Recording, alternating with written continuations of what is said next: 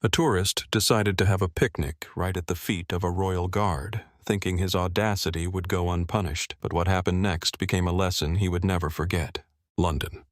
A bright, sunny morning. In the heart of the city, right by Buckingham Palace, crowds of tourists, as usual, wander around, enjoying the sights and snapping photos of every detail. This isn't just a historical landmark. It's a symbol of Britain, its traditions, and grandeur.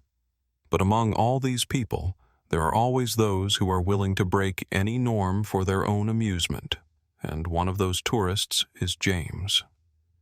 James was a typical representative of the middle-class American tourist, confident, with a messy hairstyle and a smile that could be called naive in its carefreeness. He eagerly took photos of his fellow group members and the people around, but suddenly a strange thought crossed his mind. What if I have a picnic right here, at the feet of the royal guard? His companion, Sarah, hesitated a bit, not quite understanding what he meant, but seeing the determined look in his eyes and the fun in them, she agreed.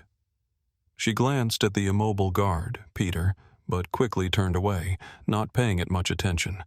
She was sure he wouldn't move and wouldn't interfere with their plans. After all, what could he do?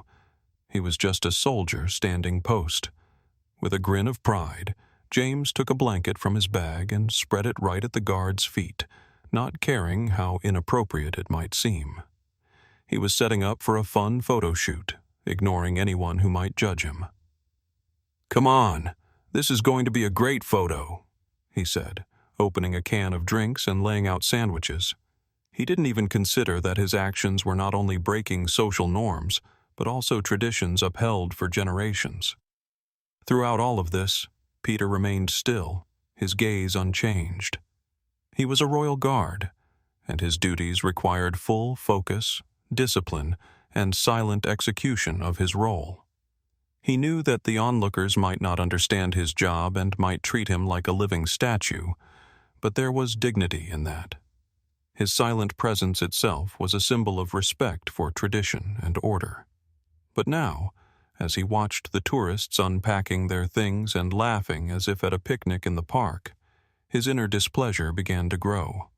He was disciplined, so he couldn't react, but he felt tension building inside. A strange sense of discomfort and irritation intensified with each passing moment. He struggled to keep his emotions in check, knowing that any movement on his part might be misinterpreted. Meanwhile, James was still enjoying the moment. He boasted to Sarah that they were right in the heart of historic London, at Buckingham Palace, and this had to be a real adventure.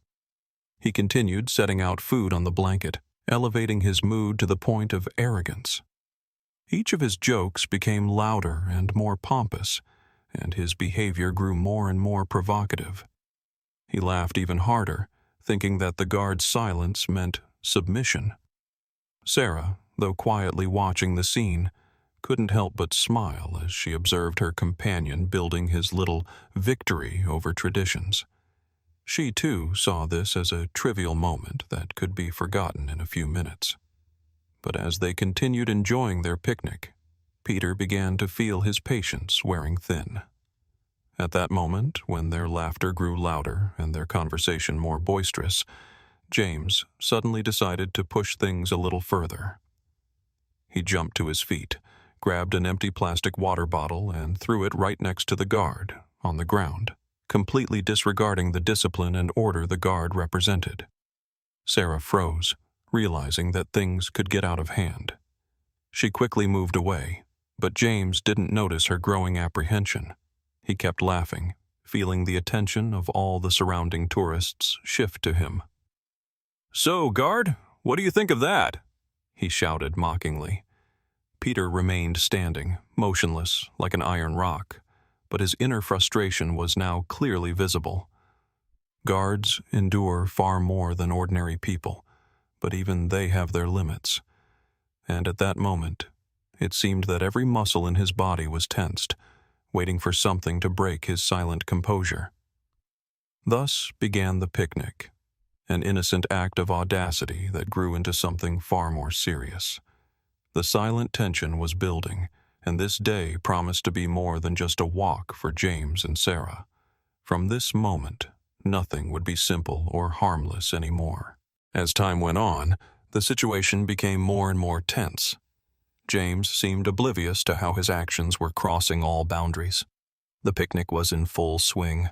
Bottles of drinks, bags of chips, and even carelessly discarded plastic cups were now spread out near the guard. All of this was happening under the watchful eyes of the one who stood motionless, like a living statue, and only his eyes began to reveal that his patience was not endless. Sarah noticed that people around them were starting to take notice. Whispers and glances were exchanged. Some tourists tried to take photos, almost mocking the guard, but these shots seemed strangely forced.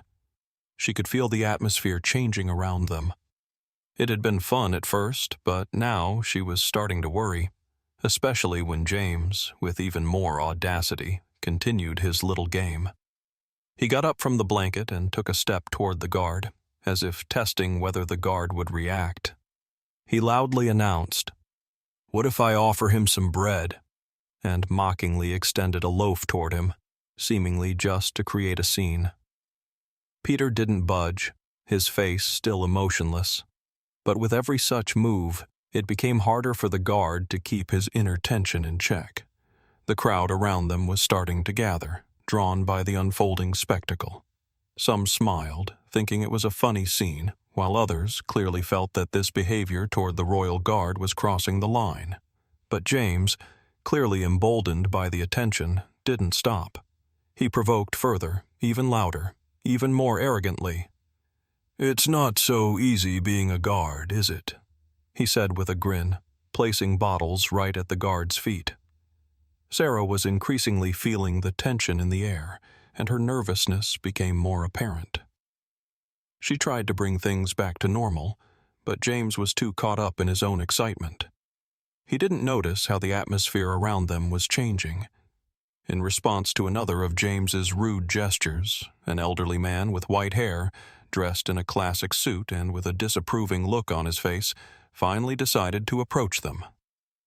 He moved away from his group, came closer, and spoke in a quiet but firm voice. "You don't respect the place you're in. This is not just for jokes, and it's not a place for picnics." James glanced at him briefly, but quickly dismissed him. He wasn't going to back down, thinking the old man was just too sensitive. The guard remained still, as before, his gaze unchanged, but with each of James's actions, his silence became more strained.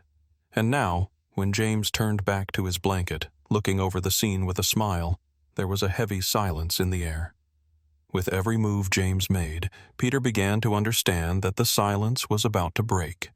The crowd around them, too, began to sense that something significant was about to happen. The tension was building, and it was palpable. Some people stared at Peter with caution, others with curiosity. It was a moment when everyone stood on the edge. James, still confident in his impunity, only grew more animated in his provocation. Sarah, once again noticing Peter's gaze, finally felt that this day was losing its carefreeness. "Wait, James," she said softly, but he didn't listen. His laughter erupted into a spectacle where no one seemed to see any boundaries. The guard was left with only one option: transform this silence into something that would finally grab attention and silence everyone. The crowd around them continued to grow, and now the square was more crowded than ever. People stood around, filming everything on their phones, whispering and exchanging puzzled glances.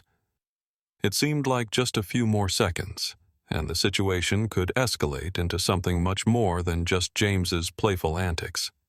But he didn't notice. In his eyes, there was a burning confidence that he was in control of the situation. "Well, guard, shall we wait a little longer?" James said, twisting open a soda bottle and holding it right in front of the soldier's face. He was in his element, basking in the attention of those around him. In his mind, he wasn't just a tourist anymore. He was a part of some performance, and he was the star. He threw his head back with pride, letting out a loud laugh, and placed the bottle next to the guard's feet. ignoring the cold stare that followed his actions. Sarah was growing more and more anxious. She was starting to realize that maybe their little joke had gone too far. With each passing moment, the tension in the air grew. She quietly approached James, trying to remind him that this could end badly. But he wasn't listening. He was fully immersed in his game. He spread the blanket out again, laid out the food, and sat back down. It was clear that his plan was simply to have fun and put on a show. But Peter, standing like a stone statue, was losing his patience. His eyes now burned with determination, and though his body remained still, it was clear that he was ready for action. He knew he had to maintain discipline, but he also knew that if he didn't intervene now, the consequences could be far from harmless. "You can't just do whatever you want," came a quiet but firm voice from the woman standing nearby. It was the same elderly lady from earlier, the one who had tried to intervene before, standing beside him now with a disapproving glare. She knew that even a small breach of protocol at such a place could be punished, but James, ignoring her warning, just scoffed. "Don't worry, it's just a joke." He waved her off, feeling his confidence turning into something bigger than just wanting to be the center of attention. He began to believe that maybe these traditions, this place, weren't as important as everyone seemed to think. To him, it was just a game. But at that moment, as if on cue, something in the air shifted. Everything around them quieted, and suddenly, all eyes were not on James's antics, but on the guard. Peter slightly moved his foot. It was the first visible sign that his patience had reached its limit. The soldier, who had remained almost completely silent until now, seemed ready to act. And James couldn't help but notice. He fell silent and stared at the guard, still not realizing that the situation had crossed the line of just a joke. He stood up again and, wanting to make this the climax of his performance, leaned toward Peter and whispered, "So, Peter, are you with us or not?" Peter slowly lifted his gaze. In that moment, something intangible happened in his eyes, a mix of restrained anger and determination. His body subtly tensed, and it felt as though the entire crowd had frozen. It became clear that James hadn't just broken the rules. He had provoked a far more serious reaction than he had expected. But for now, the guard remained silent. James, still unaware of the gravity of the situation, smirked and began to walk backward, retreating to his blanket. But as he sat down again, he suddenly felt something cold and sharp touch his shoulder. He turned, confused about what was happening. At that moment, his gaze met Peter's, and everyone around them felt the tension in the air. And then, Peter moved. When Peter finally moved, it was as if the world around them stopped. In an instant, the guard who had stood like a stone statue became the center of attention. There was no hint of brutality or aggression in his movement, but the way he rose and moved forward, slowly, steadily, exuded undeniable strength. This was a moment no one had expected. James, who had been confident in his immunity, suddenly felt his self-assurance begin to evaporate. Peter took a step toward James with such speed and determination that James didn't even have time to process what was happening. First, Peter stepped up to him, stopping just inches away from his face. His eyes remained still, but there was an icy coldness there that penetrated James's heart within seconds. The sharp scent of expensive uniform fabric hit James's face, a smell that was unmistakable to everyone around. For a brief moment, James looked at Peter, trying to make sense of what was happening next. The crowd, which had been filled with laughter and amusement until now, suddenly fell silent. Even those who had been standing far away felt the change. Everything seemed to slow down, as though all sound had vanished, and it was impossible to ignore the fact that Peter was more than just a keeper of tradition. He was a person ready to defend what he believed was his duty. Then he spoke. His voice was soft but firm, like metal forged in fire. "You think this is all a game?" His words echoed in the silence. "This is not a game. This is a tradition we guard, not for fun or jokes." James took a step back, but Peter's gaze held him in place, not allowing him to retreat further. The discomfort in the air intensified, and James suddenly realized that in this insane situation, he was no longer the hero. He was just a tourist lost in someone else's culture, unaware of whom he had just provoked. Still unwilling to lose face, James tried to salvage his pride. Frowning, he muttered, now lacking the earlier bravado, "Hey, I'm just trying to kill some time. It's not that important." But Peter didn't release his gaze. His response was unexpectedly brief and lightning fast. In the next moment, he extended his arm and casually placed it on James's shoulder, as if to say that his time had come. The gesture was immediately understood by the crowd as a challenge. No words, no threats, but with an undeniable weight that everything happening now could escalate far more seriously. "Your behavior crosses the line of respect, and right now, you need to understand, here and now, boundaries can not only be crossed, but also restored," Peter said. His voice was calm, yet there was power in it that could have broken James if he even attempted to resist. Feeling a tightening inside, James tried to explain himself. "No need to dramatize," he began, but the moment he opened his mouth, Peter tightened his grip on his shoulder, making it clear that this was no game. Peter's gaze was stern but just, and James realized that his argument, his attempt to escape responsibility, was meaningless. Peter stepped back, and at that moment, someone from the crowd whispered, "What if he arrests him now?" But those words went unheard because everyone was focused on one thing. Peter had not used force. He hadn't broken James, but he had made him realize the consequences of his actions. It was like a strike to his conscience, a lesson James would never forget.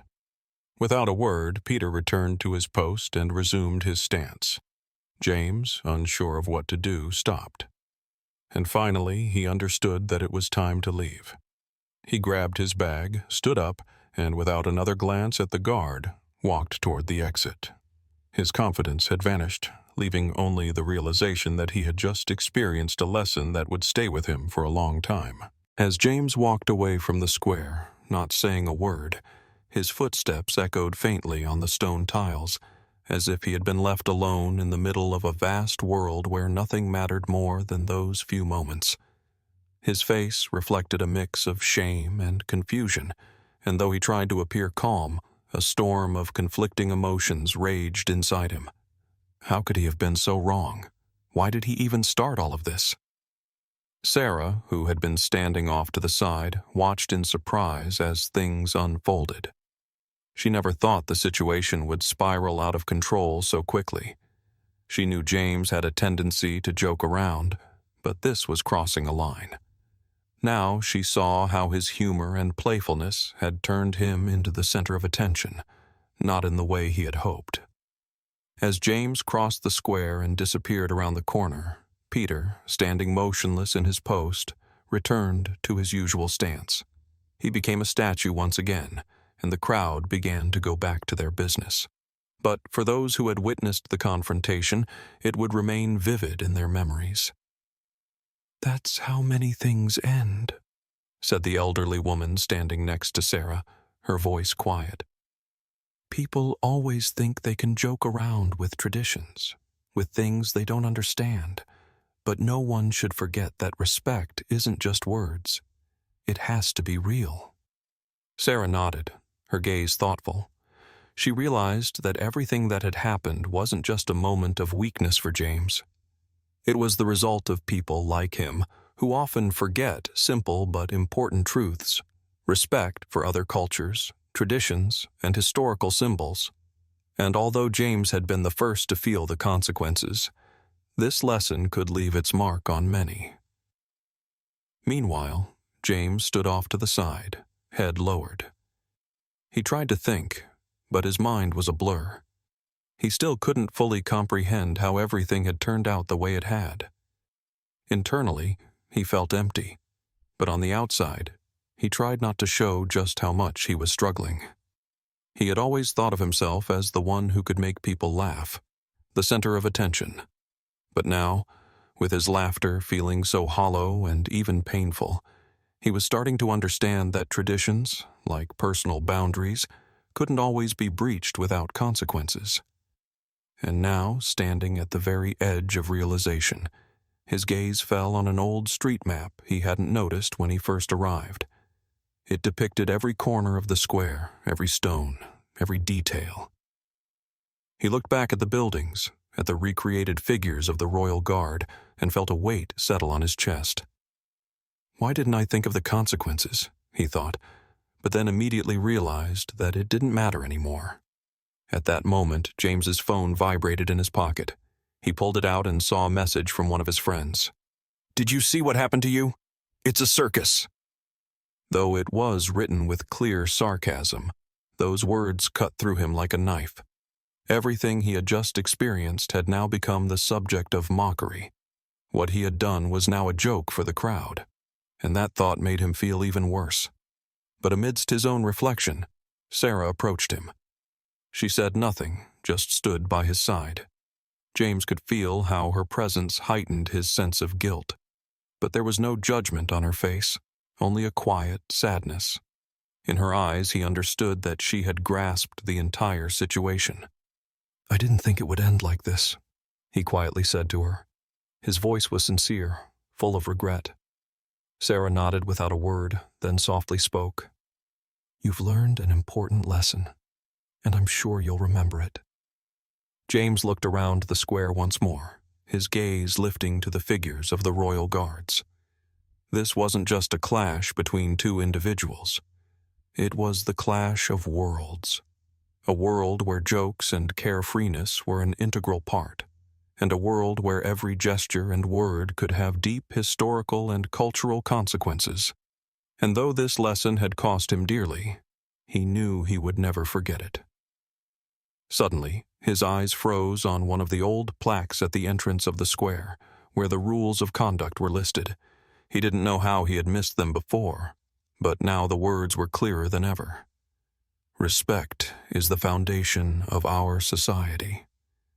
James sighed, gazing into the distance, and in that moment, he realized that his journey might just be beginning.